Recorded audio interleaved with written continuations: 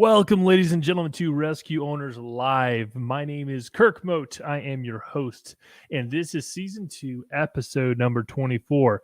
You might have noticed we're not on Tuesdays anymore. Today is Wednesday. That is right, Hump Day. And we are transitioning from Tuesday Lives to Wednesday Lives. It'll be the exact same time, 7 p.m., but we have decided to move on over to Wednesdays. Today, let's see. What do we want to talk about today? I'm looking at some options here. 10 ways to guarantee your prosperity. How does that sound? What is prosperity? I'm just curious. What is prosperity? Does anybody in the chat know what prosperity is? Prosperity is having more than enough of everything that is vital to your survival. Prosperity is having more than enough of everything that you want and need. It's an abundance and affluence. Prosperity does not include worry. Now, I love that part of the definition. Prosperity does not include worry.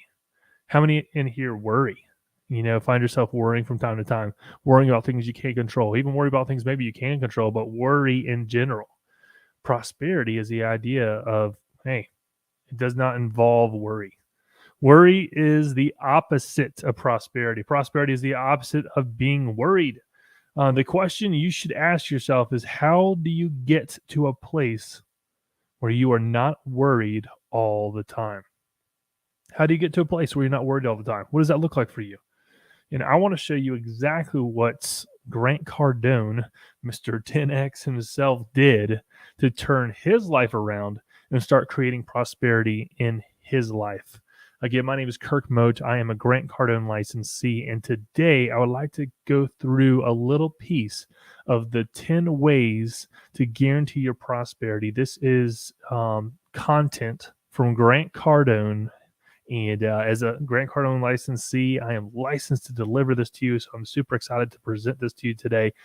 For those of you who are just now joining us, welcome. This is Rescue Owners Live, Season 2, Episode 24. Throw in the chat where you are tuning in from today. I would love to know, what part of the world, city, state, maybe country that you are listening in from.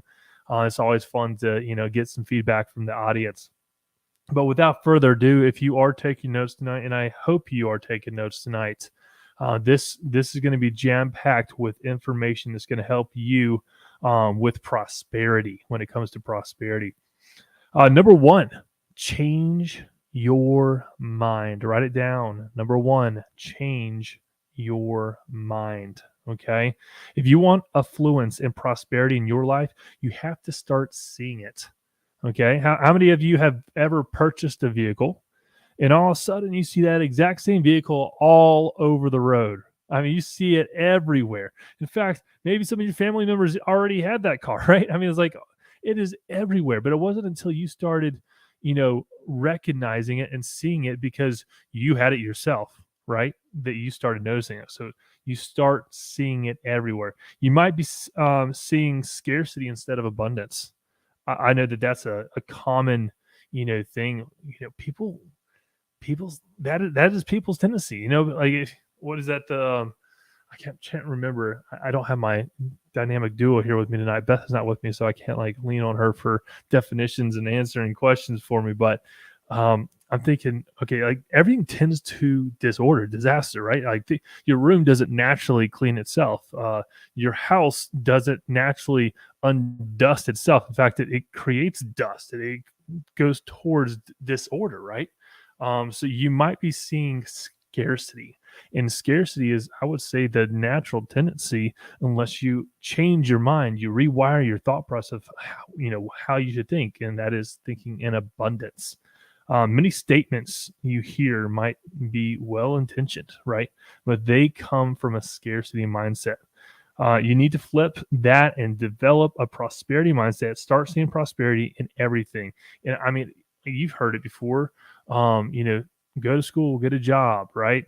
Save money for the rainy day. I mean, you can fill in the blanks. These are all, scarcity mindset. These are people who don't understand how money works. And hey, when you save money in a bank account, what is that? A 1%, return, that's horrible.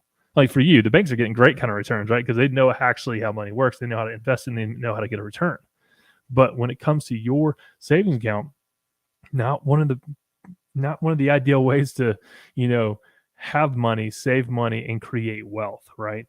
Reinforce that there is abundance in the world. Like, look around you. There is abundance. I mean, there is, there's buildings, there's cars, there's all kinds of abundance out there. And like, have you ever just rode down the highway and started counting the cars? And you're like, man, okay, that's 30,000, 50,000, 100,000. Whoa, that's a $500,000 car, right? I just start adding it up and then like calculating it. Like, okay, for my drive from here to my office this morning, that's a couple $1 billion worth of abundance on the roads, right? Not to mention the roads themselves. I mean, that took people, that took time, that took materials and resources. There's abundance everywhere you look. Look for people who are abundant in their life. I mean, these are the types of people that you want to, be around. I mean, you hear it all the time. You have people, like, you are the 5 people that you spend the most time with. Who do you spend the most time with? If you're spending the most time with people that are not the type of person that you want to be, guess what? I would venture to say that maybe you are going to be headed down the path that you don't want. But on the other hand, if you are surrounding yourself with the type of people that you want to be like, and you're constantly being elevated to the level as opposed to being, brought down to someone else's level, and like maybe you're the hot shot of the group, right? Which is fine, but again, there should be a peer group that you have. There should be someone that you're mentoring, and then there should be a group that you're being mentoring by. There's 3 little sections there of groups that you should have. So don't hear me say, oh, if you're the top of the group, meaning, hey, you're the mentor, that's bad. No, it's not. You should have all 3 groups. But the people you spend the most time with, right? The people that you lean on for advice, mentorship, and accountability, those are the people that, if they are the type of people that you should be mentoring, or if those are the type of people that are bringing you down, or if those are the type of people that you don't want to be in 20, 30, 40 years, that maybe kind of work your way out of that group into a different group. Because when you look for people who are abundant in their life, that's going to rub off. Most of us are surrounded by people with limited thinking because they are worried and have been told their whole life that scarcity is their reality. Number 2, make a decision to be prosperous. Make a decision to be prosperous. You have to make a decision that prosperity is for you. That's an active decision. That's not something that you just throw out there. This doesn't just happen naturally, right? It's a decision. It's a commitment. It's something that you are actually striving towards. So you have to make a decision that prosperity is for you. Reinforce your decision to be prosperous on a daily basis. Okay. How do you do that? Well, maybe you say to yourself, I'm going to create wealth in my life. Write that down. Believe it. I have a journal, right? In my journal, I write in every single morning, like when I wake up, I write down my intention. My intention is to ... And that might be, part of my top 5 goals right now at this point in my life. It also might be, hey, my intention is to complete this today, right? I mean, like when you write down intentions, that all of a sudden your brain, you're thinking, okay, how, so subconsciously, unconsciously, whatever, right? Like your brain is working to think, okay, how am I, if my intention is to do X, how do I accomplish it? What steps do I have to take? And when your brain's at work and when you're, verbally, audibly saying it out loud, my intention is to, and you're writing it down, you're involving as many senses of your, that you have. I mean, that is the more involved that you can get yourself into this idea of, stating your intentions, reinforces your decision to be prosperous on a daily basis, writing stuff down. This is so powerful. When you say, I don't need money. Has anyone ever said that before? I don't need money. You're telling yourself that there's not enough to go around, that you can't get what you need. I just had a conversation with someone recently, and very nice person. It was a great experience. But I asked him, I said, hey, what's your ultimate goal here? What does success look like to you? And the response was $10,000 a month. I was like, wow. And I didn't know this person well enough to feel comfortable saying this to them. But in my mind, I'm thinking, that's probably the most selfish thing I have heard in a long time. $10,000? Are you kidding me? And I know some of you are thinking, wow, $10,000 is so much money. I wish I had $10,000 a month, right? No, $10,000 a month is nothing. That's broke. That is, I mean, you're like, oh, well, I don't even make $1,000 a month. You don't know broke, right? Listen, hear me out before you start tuning this part out. $10,000 a month. What is that over 12 months? That's $120,000. How are you going to help your family? How are you going to help a friend? How are you going to help a complete stranger when they need it? Let's just start like remove strangers and friends. Let's just focus in on the family. What happens if someone needs financial help and they can't provide for themselves, or they can't meet certain financial needs, and you're like, man, I would love to help, but I can't because my picture of success was only $120,000 a year. Imagine like double that. Imagine like and then maybe double that. So let's say it's $1 million a year. Now we're starting to be in a position, I would say anything over 250,000. So doubling the 120, so $20,000 a month gets you $240,000. Once you hit that, I mean, most of your needs and wants are taken care of, right? But you got today's inflation. That's a whole other story, right?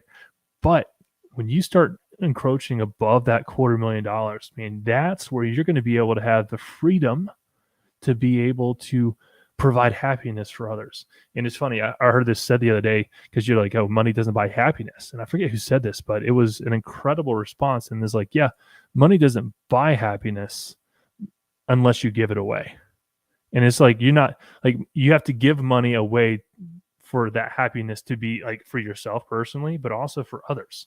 Like, you can help provide a happy experience for someone else through the financial resources that you have. And in turn, that also, let's talk about the happiness that it provides for you as the giver, right? I mean, it's so powerful. So yes, I would agree. Money doesn't buy happiness in the sense that, hey, I can make a transaction. Here's $1 million and all of a sudden I'm happy, right? No, it doesn't work like that. But I am saying that if you have enough money to support yourself, your family, your friends, your complete strangers, you're able to provide that happiness for others when your needs are taken care of, and you're able to give the excess, the extra, the abundance, your prosperity away. That is where the happiness comes from. I'm going to get off my soapbox now. Let's see, continuing on here. Let's see, you will need money to create prosperity in your life, right? These are things that, people are saying. Maybe you don't need it now, but your family and church will need it. Think about that, right? I mean, maybe you tithe 10% of your income and you give it to your church. Guess what? What happens when you stop tithing because you're in a tough financial spot? Man, you're all of a sudden, it's like, man, maybe the church was counting on your tithe. I mean, if you're in, it doesn't matter what size church you're in. I mean, you could be in a big old mega church or, a really small, planter, like your church, your community group that you're giving to, they need that in order to sustain, what they're providing for the community. Right. Here's back to the whole point. I had the, notes here. You're being selfish if you don't commit to getting more money, because people trying to convince you, oh, you're just so greedy that you want more money. No, I mean, I guess you could make an argument that some people are greedy and some people are, that's truly their motivation, and all they do is they're selfish and they care about themselves, right? So yeah, in that case, I would agree 100%. But, and then let's talk about money for a second. Like, money doesn't own, it literally magnifies who you are as a person. So I would encourage, man, everyone in here should, focus on themselves as a person. How can I be the best version of myself? Mentally, physically, spiritually, emotionally, all the LY words you can think of, right? how can I be the best person and version of myself? Because when I am the best version of myself, and when I do, have prosperity and extra and abundance that to give to others, guess what? That's gonna this magnify the best version of myself. But if I'm the worst version of myself, if I'm the a greedy guy, if I'm the selfish, guess what? When I do get money, because I know how to sell, I know how to market, I know how to do all these things, and guess what? You probably do too. You're going to make money. You're going to be able to be successful because those types of things, there's a roadmap for that. There's a easy way. We have the sales execution workshop that really paints you a picture of how to, grow your company, more effectively, efficiently, and profitably, all while achieving your personal, professional goals. Like you do that through our marketing execution workshop, our sales execution workshop, our, business boot camp. And these are all things that are roadmaps that are, tried and true methods from Grant Cardone, Brandon Dawson, some of the greats out there that know how to build hundreds of millions of dollars and now billions of dollars worth of business. They have figured out the roadmap. They have figured out the algorithm, if you would. And so if you train yourself through these, workshops and continue learning, it's the end result. The result is going to be that you're going to make money and you're going to be, have abundance. But what kind of person are you going to be when you get there? Are you going to be the kind of person that is going to be selfish and greedy and hoard it and keep it to yourself? Or are you going to be the kind of person that's like, hey, I got you, man. I got dinner. Boom. And take care of dinner. Take care of the coffee. Take care of, man, you're having a hard time with your car payment. Let me knock that out for you this month. Like there's so many ways. Like, oh, I love to get, let me buy you a house. Well, that's really cool, right? How would you like to be able to buy someone a house? These are all kinds of really cool things that, by having a prosperity mindset, these are things that can be realities. So you got to make a decision to be prosperous. Making decisions requires two things. Number one is time. Number two is money, right? Making decisions require two things, time and money. Make a decision to be prosperous. So broke people will sell their time to get money. Does everyone understand what I mean when I say that? Selling time to get money. Okay.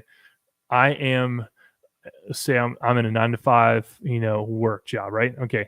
I am pimping out myself, my life, my time to receive in return some money for the time I spent at that job. That is exchanging time for money. Wealthy people will give their money to get time. And what does that mean, Kirk? That means that it's just reverse. I know, like, look at, Elon Musk, right? So he has a massive team of people that are helping him bring his idea to fruition, right? So if he was by himself, let's say he had all the time in the world, right? But he doesn't, and he knows that.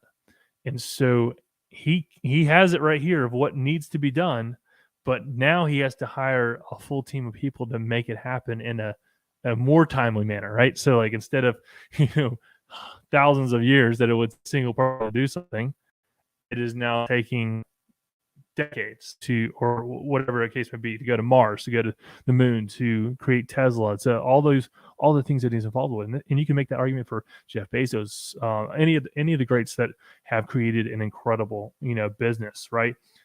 Wealthy people, these people that we're talking about, will give their money, so they spend their money on investing in you to create more time for themselves. Emulate the super wealthy. Play the game they're playing. How can you pay someone else to do a task for you so that it can be done faster, right? These are ways that you can be thinking through, okay, how can I do this? Number 3, change how you talk about money.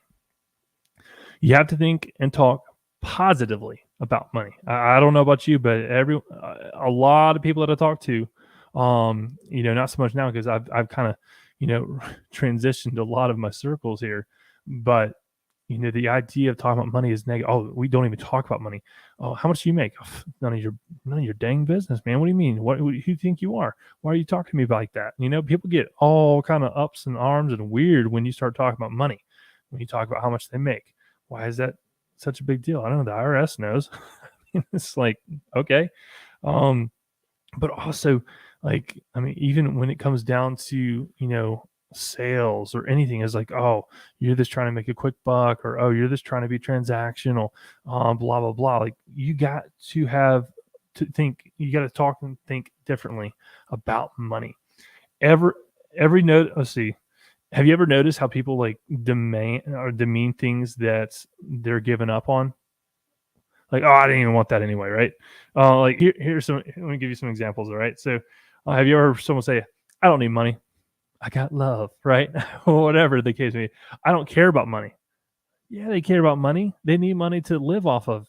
Uh, Beth said this the other day. Oh, I forget who she heard this from, but she was like, I think maybe it was a Instagram reel or something, and it was something along the lines of, um, why do you want this job? And it was like a job interview, and I'm going to completely butcher it, but basically the response was, I really like to be able to afford, to put food on my plate. It's like I like to be able to provide for myself. Was the answer essentially? It's like, what do you mean? Of course, I want to make money in order to provide for myself. It was kind of funny. I guess you had to be there. Like I said, I've completely butchered the joke. Another line you might heard: money doesn't grow on trees. It actually does, by the way. Money is the root of all evil. Have you heard of that one before? No. That's literally taking a Bible verse out of context. I mean, these are like, this is little. It's amazing how people can take a little part of scripture and twist it, and it's like, oh, that's what it said. No, if you look at the scripture verses, the love of money is the root of all evil. Money is not. It's an inanimate object. It has nothing to do with evil. It is a tool to be used, right? It is not something that has emotions, has stresses. It's a tool, just like you would use a screwdriver to open and close a something. I don't know. I mean, like these are tools. So the love of money is the root of all evil, but not the money is the root of all evil. So like if you ever been told that, I hope that helps disqualify those thoughts there. Oh, only greedy people think about money, right? First of all, you don't have to be greedy to think about money. You don't have to, like, it has nothing to do with greed. It has to do with, really being a good steward of what you've been given. And if you're being a good steward, yeah, you're going to be thinking about money and how to maximize what you have and how to best utilize what you have and what you're earning and how to earn even more. Because, if you have a big vision, and we talk about this in marketing execution workshop, if you have a really big vision, guess what? You're going to need people. And if you're going to need people to execute on that vision, like I need money to, bring people on board and be able to pay them, right? So like thinking about money is not greedy at all. In fact, it could be the most wholesome thing you can be doing is thinking about, okay, how can I get more money? Because why? Well, if I get more money, I can now hire more people. If I hire more people, I can now, get to my vision that much quicker, creating a world where no one dies from sudden cardiac arrest. That's the vision of rescue site services. And so, how do I do that? Well, I got to have more people on my payroll. Money changes people. Money doesn't change people. Money magnifies who you are. I think we kind of talked about that a little bit earlier. How you talk about money reflects whether you've given up on it or are in the game to get it. Okay. And I would ask you, hey, how are you talking about money? Never say money by itself is bad or evil. Don't do it. Money is only a piece of paper. It is a piece of paper. It is the idea that this, like, money is completely made up. It is completely made up. And your head is like, oh, gas prices are $8. Well, gas prices are $8 because you believe they're $8. Because everyone in the world believes that gas should be $8 a gallon in California. Okay, cool. That is the reality. Change how you talk about money. If you're telling yourself, oh, I don't have money, or I never have money, it's going to limit your ability to get it. 100% is going to limit your ability to get it. How you talk about it is how you think about it. How you think about it determines what you say about it. What you say about it determines what you do about it. What you think is what you say. What you say is what you do becomes your legacy. You heard that one before? Like, that's the same thing with money. Audit your thoughts and language about money. And honestly, listen, I know we're talking about money here tonight, but guess what? This can go like insert anything in the line for money. Right? Anything, anytime I've said money tonight, insert any word, essentially.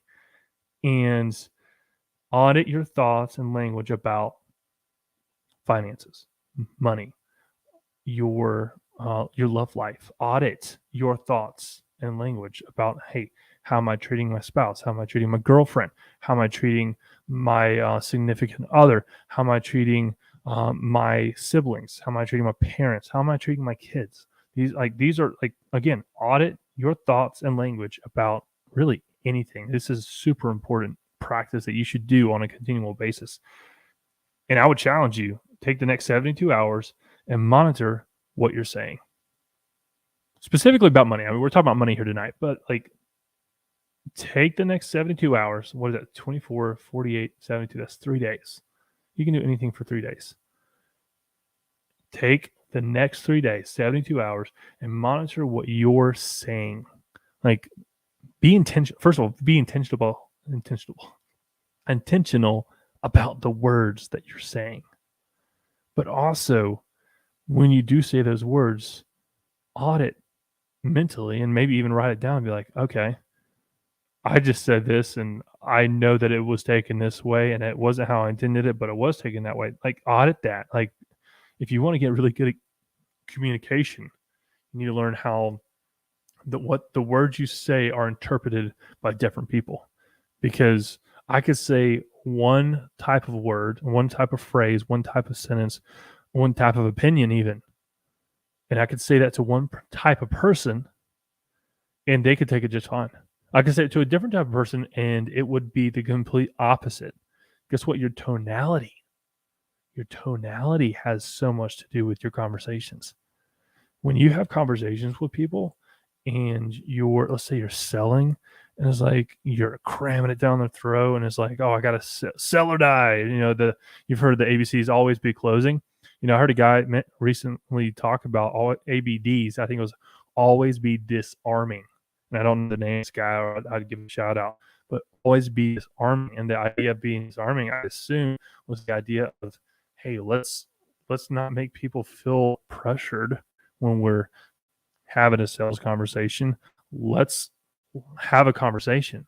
And if it makes sense, it is my job as a salesperson, your job as a salesperson, to ask quality questions. The quality of your questions determine the quality of your results. And if you ask good quality questions, guess what? You're going to get good quality results. And if I'm asking bad questions, I might have someone, not respond so well and feel pressured or whatever. But if I ask good questions, good fact-finding questions, and I get them to explain what it is that's the problem that they're solving with our solution, guess what? They're selling themselves. And which is so powerful, because now the question isn't, okay, whether we can or can't help you. The question is, are you ready to be helped? And if it makes sense, then hey, here's the process, here's the next steps. But if it doesn't make sense, listen, you better have a pipeline so big that, hey, if someone says no, if 100 people say no, if 1,000 people say no, guess what? It's not a big deal. Why? Because your pipeline is so much bigger than that. When your pipeline is big, you don't have to worry about closing deals, because, in a sense, it's a numbers game, because someone's going to be out there that's, man, this is exactly what I need. I have the wherewithal and I'm the decision maker. Because really there's only two reasons why someone wouldn't buy. They don't have the ability to pay. That's the wherewithal part. Or they're not the decision maker. And as you got to figure out, which one it is, and that'll help you throughout your sales process to be able to, craft certain questions to be able to, walk them down a path. But take the next 72 hours and monitor what you're saying. Hey, if you're just now joining us, thank you so much. Welcome to Rescue Owners Live. This is season 2, episode 24. Do me a huge favor and hit that share button. That's right. Whether you're watching on YouTube, Facebook, or LinkedIn, we are streaming to you live here tonight, Wednesday night, and hump day, y'all. Get excited. And I guarantee there's someone in your network that needs to hear what we're talking about here tonight when it comes to prosperity. So hit that share button for me. Number 4, increase income. Earn more money. Earn more money. This might be the most important step on your journey to creating prosperity in your life. You shouldn't be looking for investments right now, per se. Whatever your career or job, use whatever means necessary to collect more money. Generating more income builds confidence. Okay. Oh man, I was making, $40,000. I just got a raise. I'm now making $50,000. Makes you feel pretty good about yourself. What you going to do with that little extra, money every month? Are you going to, waste it? Are you going to do something fun? I mean, by all means, generating more income builds that confidence. Oh man, I just went from 70,000 to 100. I'm officially in the 6 digits, y'all. That's confidence. That's a major confidence. Making $250,000, maybe you're making $1 million. These are huge confident booster. And yes, I do know people that are a W-2 position making 7 figures. So this is not it is out of the ordinary in the sense that, hey, the usual person doesn't do that, but it's not out of the ordinary in the sense that, oh, it doesn't happen. It does happen. Make increasing income your priority. What can you do to increase your income? I heard Grant Cardone talk last night, and he was telling, I think it was a 19-year-old kid, right? He just came to one of his, Grant Cardone's events, and he was saying, hey man, my dad, he owns, I don't know what kind of business it was. Maybe it was a landscaping company. He owns a landscaping company. He pays me $15 an hour, and it's just not enough. I need more money. And Grant Cardone is like, dude, this is what you need to tell your dad. You need to tell your dad, hey, thank you so much for being the best dad. Thank you so much for giving me $15 an hour. By the way, that's more than enough money. I really appreciate you giving me $15 an hour. That's a huge sacrifice on your end and all these things, right? He goes, now what you're going to do is, hey, I want to help you grow the company. And if I can help bring in leads and close deals and grow the top line of the business, how much of that bag can I get? Can I get an extra maybe 10% for my effort? Can I get a 15% for my effort? Whatever that looks like. Can we be partners and I get 50-50? And then figure out what that number is. And then guess what he said next? He goes, and then what I would really like to do with that money is I don't want to, for myself. I actually want to invest it into the business for me having equity in the company. So take over on the road when you're ready to retire. It'll be an easy transition. Are you kidding me? That's how you handle setting up, $15 an hour. I was blown away at that response. I was like, man, that is so powerful, because number one, it addresses, hey, Dad, I know you built something that's incredible. Dad, thank you for providing me with an income and a means to make money and, a career. And then it says, hey, I want to go all in with you. I want to help you grow the top line, and I want to get a piece of that and put it away towards equity to the company, because I know you're going to want to retire one day, and I want you to know I have skin in the game. So powerful. Make increasing income your priority. You need to get your household income up by any means. If you are married, basically, here's how the income should look, right? You got job A, job B, household income. It's simple, right? Getting paid monthly is what gives you the confidence to transition towards a prosperity mindset. So when you have that recurring money, it's like, man, I know it's coming in. I know it's coming in. That gives you the confidence. It gives you, what you need for that prosperity mindset. This is all very early stages. We're not even talking about investments right now. Switch what you are told around and make earning your first priority. So I know that people are like, work-life balance. There's no such thing as a work-life balance. You got a life, and that life involves work, and it involves play. It involves everything. There's no such thing as a work-life balance. It is your life, period. Switch what you are told around and make earning your priority. So when you make earning your priority, and again, like obviously, depending, maybe you have priorities such as, like God, family, country, right? I mean, there's like whatever that priority, segment looks like for you specifically. But when I say a priority, I'm not saying like the highest priority. I'm just saying that, hey, it should be a priority, okay, and a really high priority. There's enough money on this planet for everybody. There are no shortages. Bottom line, we just got to earn more money. That's myself included, by the way. This isn't, just for you guys. This is for me. I'm preaching to the choir. Like I know you know this. I know this, but it's great to hear it again and again and again, so it sinks in. Because I don't know about you, but like I usually have to hear things 10 times before I actually, it actually makes sense and it actually starts to, percolate properly in my brain. Number 5, quit spending money on junk. Quit spending money on junk. What do you spend money on? I'm just curious. Throw it in the chat. Like, do you have something that you are spending money on? What is that? I mean, you have your mortgage or rent, right? You have your food, you have clothing, you have entertainment, you have significant other, maybe going out on dates. I mean, you have maybe a car payment, maybe you have there's all kinds of things, right, that you are spending your money on. What are you spending your money on? And by the way, do you know all the things you're spending your money on? I know some people that have so many subscriptions that they have no idea how much they're putting out each month because they haven't done an audit in a while. So I would highly encourage each and every one of you guys to do an audit of your expenses. What are you spending money on? Make a list and evaluate your junk items. So when you do that audit and you make a list, now start, circling ones that like you can live without, or man, this really doesn't help me out at all. Well, I have a Hulu, Netflix, Amazon, and all these other things, and they're all the exact same movies on the exact. It's like, dude, do you really need, 14 different streaming services? Some people might. I don't know.